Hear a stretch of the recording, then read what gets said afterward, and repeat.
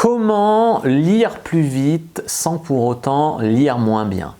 Bonjour à tous, c'est Fabrice Julien, coach business depuis 2014 et dans cette vidéo, on va faire un résumé du livre 10 Days to Faster Reading, 10 jours pour lire plus vite. En fait, vous n'aurez pas besoin de 10 jours pour lire plus vite, ce livre se met quand même en pratique assez facilement. Donc l'idée ici, c'est de vous parler un petit peu de la lecture rapide et de vous donner des trucs pour lire plus vite, mais pas lire moins bien, c'est-à-dire lire plus vite, mais retenir quand même l'essentiel des choses, tu vois, les 90%. De toute façon, quand on lit un truc, on ne retient jamais 100%. Donc juste après l'intro, je vais vous donner des trucs pour améliorer votre lecture et lire plus vite juste après l'intro. Mais avant de commencer, je vous offre un guide gratuit ainsi qu'une série de conseils gratuits aussi par email. Si vous êtes intéressé, c'est le premier lien dans la description pour vous abonner.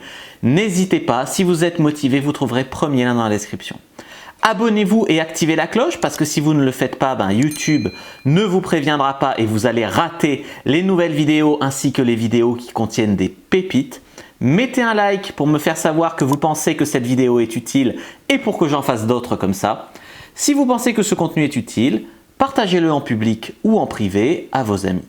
Vous pouvez aussi me laisser un commentaire, je les lis tous et j'y répondrai avec grand plaisir. Parfois même, l'auteur explique que lire vite, ça permet de lire mieux. Que lire vite, c'est plus de plaisir et que souvent, lire vite, ça permet d'aller à la vitesse de la pensée et non pas à la vitesse du langage. Il y a des gens qui lisent et qui, tu as l'impression qu'ils parlent, quand ils lisent, ils bougent les lèvres et du coup, ils vont forcément à la vitesse du langage. Sauf que la pensée va plus vite que le langage. On dit que on comprend 450 mots par minute quand on ne peut en parler que 150. Donc vous voyez ce que je veux dire. Après, il faut comprendre que même si tu lis ton livre lentement à ta manière, tu ne liras pas tout. Personne ne lit tout le temps, personne ne retient tout le temps. Donc à partir de là, oui, tu peux même lire mieux grâce à ces techniques. Il y a ce qu'on appelle la subvocalisation, c'est-à-dire qu'il ne faut pas bouger les lèvres ou la langue quand on lit. Ça permet d'aller plus vite et de ne pas faire ça. Après, l'idée, tu vois, c'est qu'ils ont fait lire des passages en lecture rapide et répondre à des questions sur ces passages à des gens. Et ils se sont aperçus qu'ils n'avaient pas besoin de lire plusieurs fois les passages. Même avec la lecture rapide, ils comprenaient énormément de choses, même en un passage. Et que souvent, on sous-estime notre capacité à comprendre et à lire vite par défaut, alors qu'on peut lire vite et comprendre énormément de choses. Donc déjà, il faut éliminer toute chose qui va vous distraire, tu vois. Pas de musique en même temps que tu lis, soit peut-être de la musique classique qui peut aider à se concentrer, pas de portable, de notifications, etc. Vous pouvez utiliser un guide visuel, par exemple votre doigt, pour lire plus vite, ça aide. Ça aide à aller plus vite et à ne pas se perdre, que l'œil ne se perde pas. Ensuite, l'idée, c'est que, tu vois, l'œil, en fait, il s'arrête par saccade sur certains points. Donc, vous survolez, plutôt que l'œil suive les lignes comme ça.